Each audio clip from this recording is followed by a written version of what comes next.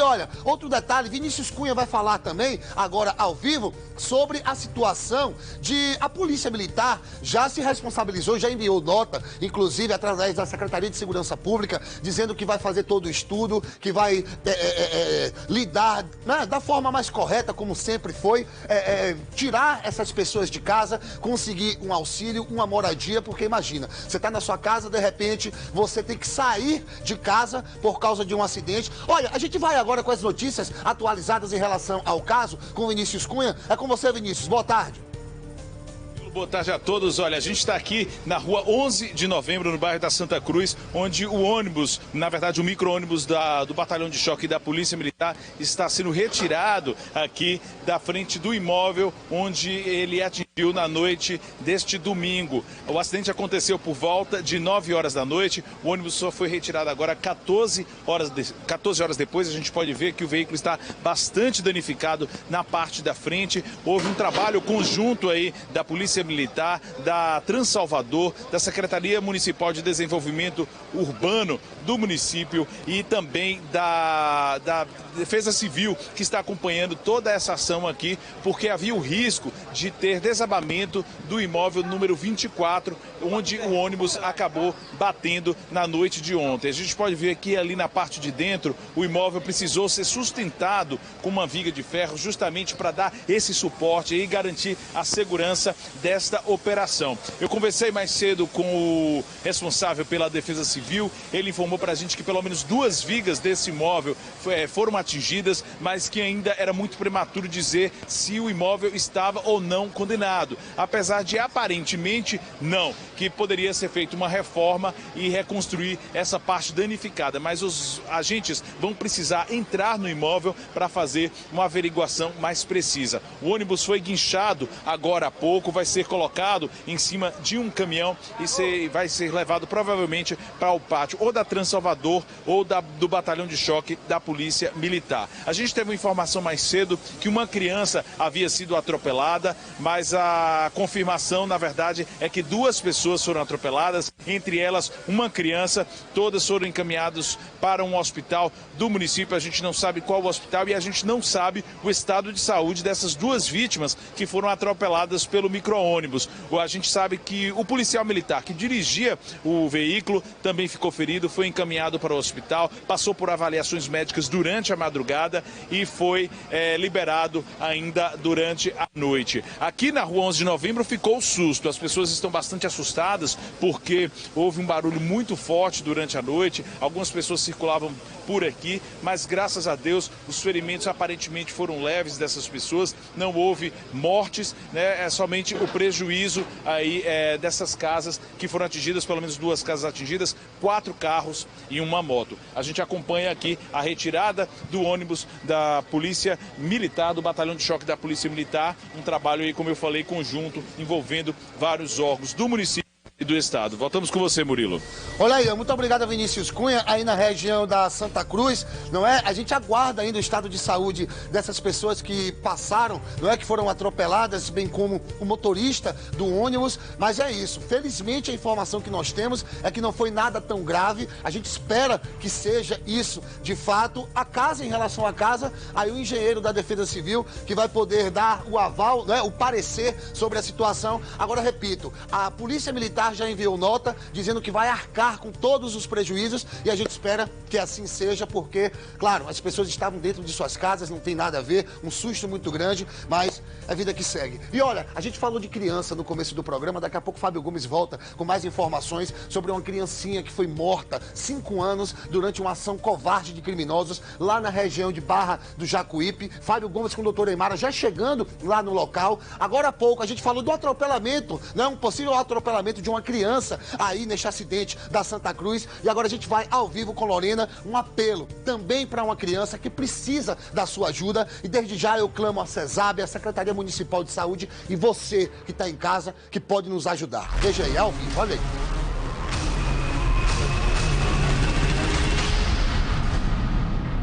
Pois é, Murilo, boa tarde para você, boa tarde a todos. A gente está aqui na UPA dos Barris, que é onde está internado, né? Já vai fazer uma semana. José Lucas, que também tem 5 anos de idade. Quem está aqui ao meu lado é a mãe dele, Girleide, que, Murilo, eu estava conversando com ela aqui, ela relatando a dificuldade que ela tem passado todos esses dias, né? Já vai fazer uma semana que ela está aqui em Salvador. Ela não é daqui de Salvador e você veio com a roupa do corpo para um exame com seu filho e de repente ele teve uma crise, não é isso, Girleide? Exatamente. Vim apenas para uma consulta de rotina normal e chegando no Hemoba, ele teve essa crise álgica de dor, acompanhado de priaprismo, né? E do Hemoba me encaminharam para aqui, para a UPA dos Barris, para a procura de uma vaga, né, em algum hospital que tenha suporte para atender o caso dele. E até o momento, desde o dia 10 que eu estou aqui, nada dessa vaga sair. Várias crianças já passaram pelo quarto com doenças bem mais simples e a vaga sai no dia seguinte. Já ouvi vários relatos aqui dizendo que isso tudo é porque eu sou do interior, eu não sou daqui, não tenho conhecimento, não tenho amizade forte, sou peixe pequeno, entendeu? Já ouvi várias pessoas falar isso, inclusive as mães mesmo dos pacientes falar para mim. Meu filho saiu daqui porque eu conheço fulano, conheço ciclano que trabalha em tal hospital, entendeu? Você é do interior, eu acho que você vai embora daqui mesmo.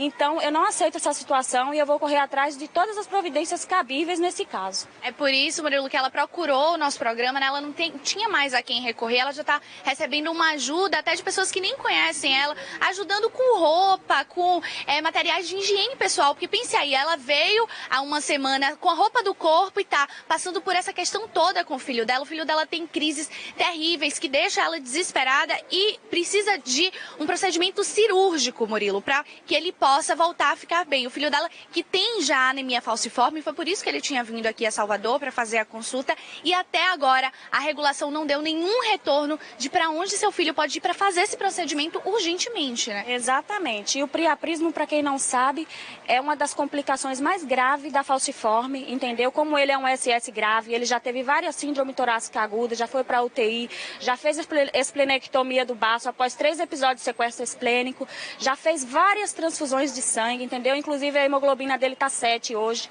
No último exame que a gente fez, tava 7, entendeu? Ele precisa fazer transfusão, precisa de um acompanhamento, porque nesse caso do priaprismo é uma crise que vai no pênis dele, para quem não sabe o que é, eu vou explicar direito. Dá no pênis, o sangue vai para lá, coagula e não manda para o resto do corpo.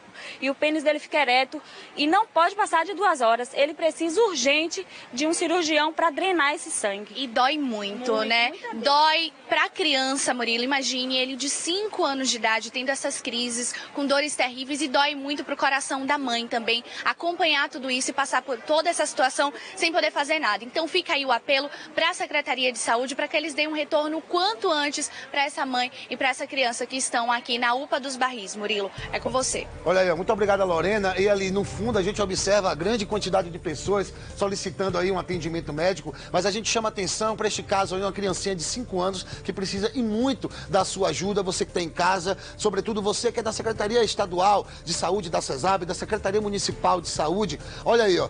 E, infelizmente é isso, né? Toda semana aí, ó, várias pessoas aguardando um atendimento e a gente continua abordando o caso aí, chamando a atenção para a situação dessa criancinha de 5 anos. E olha, falando sobre uma criança de 5 anos, Fábio Gomes ao vivo agora, lá na região de Barra do Jacuípe, exclusivo com a doutora Aymara. É com você, irmão.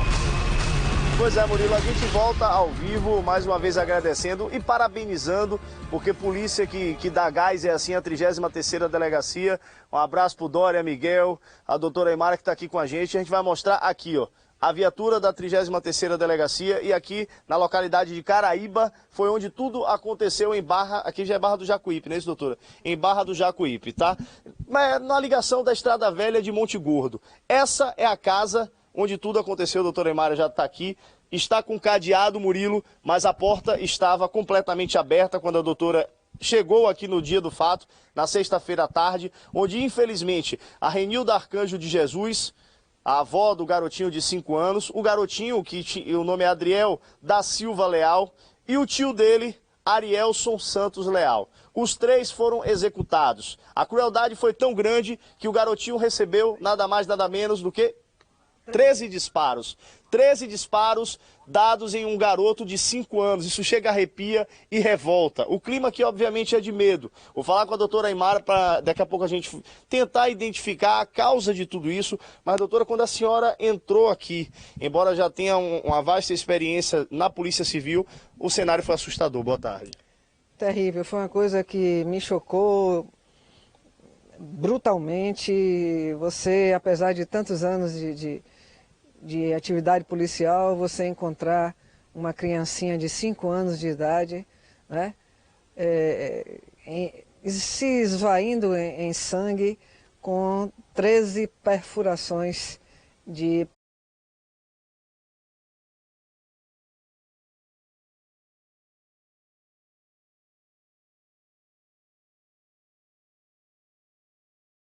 projéteis calibre .40. Imagine você, Murilo, que se não fosse a competência da doutora e da equipe dela, uma outra criança, também filho do alvo, estaríamos nós falando de mais uma criança morta, um garoto de 7 anos que estava na escola, que fica aqui próximo, mas quando a senhora recebeu a informação, o primeiro cuidado que sua equipe teve foi de retirar a criança da escola em segurança, não é isso, doutora? Foi, porque se tratando de uma vingança, e eu tomando conhecimento que o irmãozinho do Adriel estaria na escola, porque um estudava no turno da manhã, o outro estudava no turno da tarde. Então, qual logo a minha preocupação? Se esse monstro, ou esses monstros que estiveram aqui e ceifaram essa família, claro que eles poderiam, a título de completar a vingança, se dirigir ao colégio onde o irmãozinho estaria no turno da tarde estudando, e de lá o tirarem para executar da mesma maneira que haviam executado a avó, o tio e o menininho, o Adriel, de 5 anos de idade. O retirei imediatamente da escola e o levei para a delegacia. E deixei ele lá, protegido, até que eu o entregasse ao Conselho Tutelar. Bom, vamos ao dia, para chegar até o fato, ao andamento da situação toda, doutor. O que é que a gente já pode falar? Me parece que os assassinos primeiro pegaram o Arielson, que é uma das vítimas, o tio do garotinho, e sequestraram ele. É por aí, doutora? Sim, o Adriel recebeu um telefonema de uma determinada pessoa, que já está identificada, solicitando que eu mesmo fosse até Arembepe. Desculpe, doutor, o Adrielson, que seria o alvo, não o Adriel. O Adriel é o garotinho, não é isso? O Adrielson, que seria o alvo, recebeu um telefonema dessa pessoa que já está identificada, para que o encontrasse em Arembepe, nas proximidades do Mercado Mix Bahia, com a finalidade de que ele recebesse R$200 e um celular, porque a intenção dos autores era que ele retornasse para o tráfico de drogas e que assumisse o controle da Baixa da Égua no quilômetro 17. Como ele não quis ir receber esse dinheiro e o celular, imaginando até que poderia haver alguma armação contra ele, o irmão se prontificou. Prontificou aí no seu lugar, uma vez que o chamamento havia sido de pessoa conhecida. Foi para Arembepe, lá foi sequestrado, foi algemado e foi obrigado a conduzir os elementos autores dessa chacina até essa residência aqui, que é um local de difícil acesso, um endereço que eles, por si só, certamente eles não conseguiriam chegar até aqui. Então, colocaram o rapaz dentro do carro, o trouxeram até aqui. Com a intenção de localizar o Adrielson. De localizar Adrielson. Só que Adrielson, com a experiência que já tem no mundo do crime, vendo o irmão demorar de retornar, deve ter imaginado que alguma coisa poderia estar sendo armada para ele. Então, daqui do local da residência, que era da genitora, evadiu-se. Então, esses elementos que sequestraram o irmão, o Ariel, aqui chegando, não encontrando o alvo, que era o Adrielson, exterminaram com toda a família. Bom, mostra aí, por favor, meu querido Dário, para mostrar a dificuldade que é aqui, Murilo.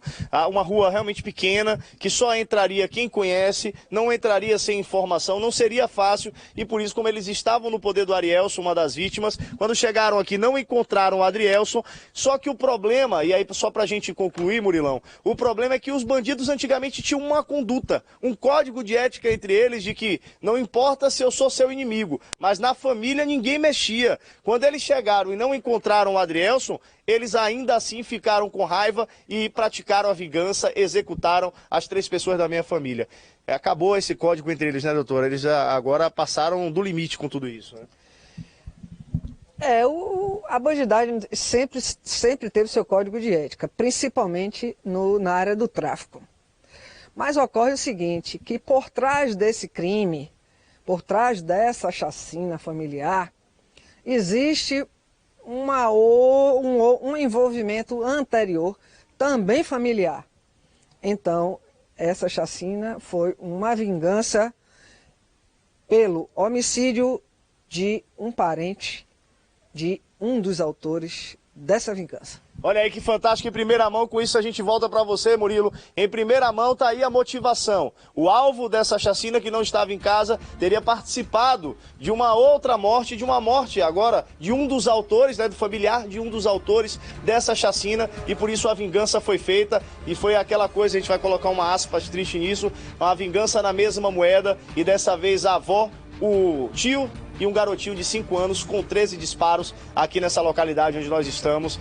Triste demais aqui na Estrada Velha de Monte Gordo, Murilo. É triste demais, Fabão. Triste pra mim como pai, né, de uma criança de 3 anos. Triste pra você, que é pai também de uma criança de 5, 6 anos, não é? Teu filho já é um pouquinho maior, mas a gente se coloca na situação. Imagine, antigamente existia código de ética nas facções criminosas, hoje não. Foram pra matar o cara, chegaram lá, não acharam o cara. Mataram o irmão dele, a mãe dele e o filho dele. E por pouco não mataram um outro filho de 7 anos. Então a gente fica sem entender. E eu pergunto pra você que tá em casa, esta guerra acabou ou só tá começando? O rapaz que foi procurado, não é?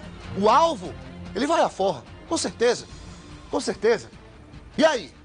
Será que vai fazer a mesma coisa que fizeram com a família dele? Será? A gente não sabe. Mataram uma criança de 5 anos com 13 disparos. Gente, eu não sei o que é que eu vou falar. Eu não sei como é que tá a cabeça das pessoas, dos outros integrantes da família, não é? Um local, como você pôde ver através da doutora Aymara, não é? Ela falando que eles possivelmente não iriam encontrar a casa, por ser num local de difícil acesso. Aí o que eles fizeram? Sequestraram o irmão do alvo, e aí ele levou para casa, chegaram lá, mataram o rapaz, a mãe do rapaz e o sobrinho, não é? Porque o alvo era o pai da criança. Então aí, ó, doutora Aymara, 33ª Delegacia Territorial, lá na região de Monte Gordo, saindo aí, não é com exclusividade, a equipe do Ronda acompanhando e chegando no local onde este triplo homicídio aconteceu. E que Papai do Céu aí possa confortar, não é? A família que deve estar sofrendo e muito, sobretudo quem conhecia a senhora, o rapaz e uma criancinha de apenas 5 anos. E olha, a gente segue agora aqui para falar sobre a chegada da chuva, não é? A possibilidade e, claro, aumenta a preocupação e o medo daquelas pessoas que moram nas áreas de risco. Raoni está numa dessas áreas, ali na região de Colina Azul, não é? Raoni, aí aquele efeito dominó. Cai uma, cai todas as outras. E aí, meu querido, é com você. Boa tarde. Pois bem, Murilo, boa tarde para você, boa tarde aos amigos do Ronda, uma ótima semana para todos nós. É justamente esse o problema e é justamente esse o medo dos moradores aqui de Colina Azul, o efeito dominó. Porque é o seguinte, Robson vai mostrar agora aqui nas imagens, né, exclusivas aqui da TV Aratu, que essa encosta tem sido a dor de cabeça dos moradores aqui da região. O que acontece? Há 4 anos atrás, a Defesa Civil esteve aqui e por conta, né, dessa imagem que vocês estão vendo aí da encosta, essa casa foi interditada. interditada. A gente consegue ver algumas lonas ainda aqui nessa encosta, onde, segundo os moradores, ela foi colocada 4 anos atrás. Porém, o que está acontecendo, Murilo? Está cada vez mais avançando essa encosta e a preocupação é que as próximas casas possam ser atingidas. E o Felipe vai falar pra gente aqui, ó. Felipão, quero saber o seguinte, a preocupação, o medo agora é que essa encosta, do jeito que está cada vez mais avançando, possa avançar para suas casas, né? Exatamente. Essa, como você falou, é uma situação que já persiste há mais de 5 anos. A equipe de Codesal já veio mais 5, 6, sempre tira foto e cada vez está gradativamente mais a encosta vem comendo, porque aqui embaixo passou uma manilha, né, da água que escorre de lá de cima, então vai chegar às outras casas aqui, essa aqui já está interditada. A água está passando por debaixo da terra, né? Exatamente. Isso é um dos fatores principais para avançar tanto, de uma forma tão rápida, essa encosta. É porque umas coisas que a gente pedia, se eles fizessem o serviço para parar de passar água por baixo desse terreno aqui, então as outras casas não estariam sendo comprometidas, igualmente a essa, mas não foi feito nada. Essa casa já está interditada, o morador nem mora mais por aqui. Há mais de 4 anos. Há mais de 4 anos, mas a preocupação é eminente, afinal, todas as outras casas, quase 10 casas, estão envolvidas nesse processo. São 10 aproximadamente, 10 casas que se aqui cair, as outras também vão atrás. E o que nós queremos é solicitar aos órgãos competentes que se resolvam, porque um vem e aí diz que é do outro, outro diz que é do outro, isso é normal, a gente vê sempre aí nos programas, né, que isso acontece, que um deles, o responsável, todos juntos venham e façam, né? A contenção dessa... que é um problema social, nacional, mas está acontecido, já está consumado, mas que a gente resolva, né, como está aí. A solução não é essa. A solução não seria essa, na verdade, mas no momento é o que cabe. Ô Filipão, quero saber o seguinte, além disso, você estava me contando que tentou por diversas vezes, já foi na Defesa Civil, já abriu dezenas de protocolos, mas nada resolve, né? Nada resolve. Aí a Codesal diz que é com uma semana, aí a Embasa vem, que tem água de esgoto, não tem, fica sempre esse jogo de empurro no decorrer desses anos. A equipe da Codesal, comigo pessoalmente, já teve umas 5 a 6 aqui. Aí vem, tira foto, pega nome, pega telefone, faz um cadastro e nunca resolve nada. E a preocupação fica, até porque não adianta consertar e resolver o problema da encosta se também não resolver o problema da água, que está minando toda a terra. Exatamente. O grande problema hoje, eu acredito que até antes da encosta, seria resolver o problema da água, porque a encosta resolveria aqui. Mas as outras casas, todas desse lado aqui, vão estar na mesma situação em breve. Esse lugar aqui que a gente está agora, tinha muito mais terra do lado de lá, né? Muito mais, muito mais. Muitos anos atrás isso aqui já desceu e a pista foi estreitada e agora nos últimos 5 anos está acontecendo a mesma história. Está avançando novamente. É essa a preocupação dos moradores aqui de Colina Azul, Murilo. Afinal, como eles estão falando, na encosta está avançando para as casas, essa casa aí já foi interditada, outras 10 casas estão envolvidas nesse processo da encosta, ou seja, nesse medo da encosta. Além disso, a gente ainda tem outro problema, né? Essa casa agora aqui interditada vem sendo o foco de, enfim, outras pessoas que não têm uma moradia ideal. Exatamente. Alguns moradores de rua, usuários de droga, acabam utilizando por estar abandonado, né? O livre acesso tá aí, não tem como fechar. E agora vira até uma questão de insegurança, né? Exatamente, muito, muito. A gente que tem família, criança, passa por aqui, a moça aqui mesmo tem 2 filhos recém-nascidos, tem que subir pela escadaria, então está tendo que conviver com mais esse problema. Ou seja, como se não bastasse o problema da encosta, ainda esse problema. Além disso, Felipe, eu fico preocupado, né? Eu fico imaginando aqui, porque a gente voltou a ter um período de chuva. Então, ou seja, quando começa a chover, a dor de cabeça é ainda maior, né? Exatamente. Na verdade, nesse período aí que a preocupação da gente aumenta, e volta a ligar, esse ano em específico não compareceu ninguém ainda. Colocar a cabeça para dormir quando dorme, ou melhor, quando chove, é complicado. É preocupante, é realmente muito preocupante. Porque se essa casa cair, essa encosta do lado de cá avançar, a rua também será interditada. Tem uma rua asfaltada aqui, né? Que ela será interditada, vai quebrar, porque vai arrancar com ela parte da pista. O senhor mora aqui em Colina Azul há quanto tempo? 33 anos. 33 anos. Praticamente o senhor ajudou a fundar a Colina Azul. Cheguei aqui, estava aqui a Cílios e a AS. as duas empresas ainda tinham uma portaria. Construindo esses imóveis aqui em cima, né? Os prédios aqui de Colina Azul. Então, quando você vê uma situação como essa, bate até uma tristeza, né? Em saber de todas essas casas aqui, tantas famílias que estão aqui que podem estar correndo risco de perder suas moradias, né? E essa rua vinha até aqui. A rua é hoje limitada, que é uma faixa de uns 5 metros, né? Exato. Mais ou menos. Era uma rua larga. Passava ônibus nos dois sentidos, indo e voltando. Hoje mal passa um ônibus. Hoje talvez nem aguente, né? Exato. Uma semana trepidando. Se não tiver uma intervenção, a rua inteira vai ser comprometida, não só as casas. É essa a preocupação. Fica aqui o apelo, Murilo, também a denúncia dos moradores. São diversos problemas, né, que vão de insegurança.